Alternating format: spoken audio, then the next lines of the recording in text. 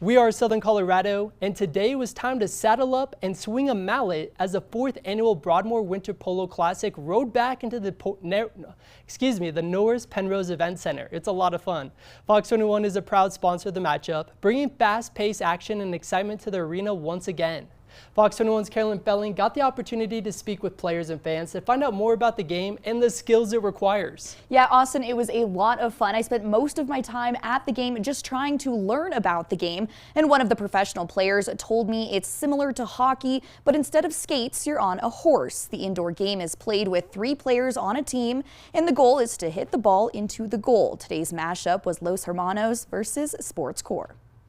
If I had a horse, absolutely. It would be a lot of fun to try. Competition, entertainment, and horsemanship. The adrenaline that you get when you're in tune with your horse, you're running, you're stopping, you make that big hit and you're chasing it down the field.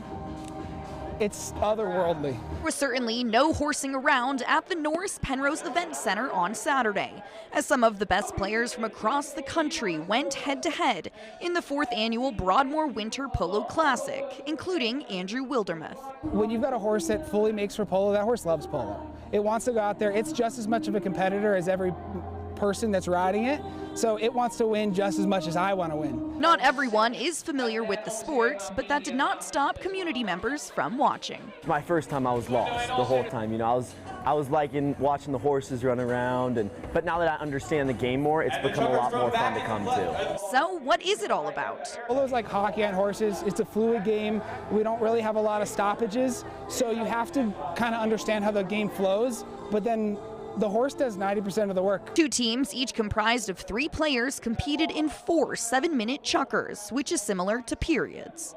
As soon as that ball is hit, they're tracking it, they're putting you where you need to be to make a good play. The players use a bamboo mallet to drive the ball between the opposing team's goalposts, aiming to score a point. The hardest part has got to be the coordination. Riding, hitting the ball. It's different from outdoor polo because they use a smaller field and use a leather-covered rubber ball instead of a wooden one. There's also grass polo, which is a lot bigger. That field is 3 football fields wide by 3 football fields long, whereas arena is a much smaller area that we cover. Wildermuth says if there's one thing he wants people to understand about the sport, I want them to understand how much fun the players and the horses are having when they're out here. A horse won't play polo if it doesn't want to play polo. Now the final score of the matchup was 9-5, Sports Core with the win. The horses were provided by Colorado State University's Collegiate Polo Club, and say if you want to learn more about their program, you can head to their website at csupolo.com.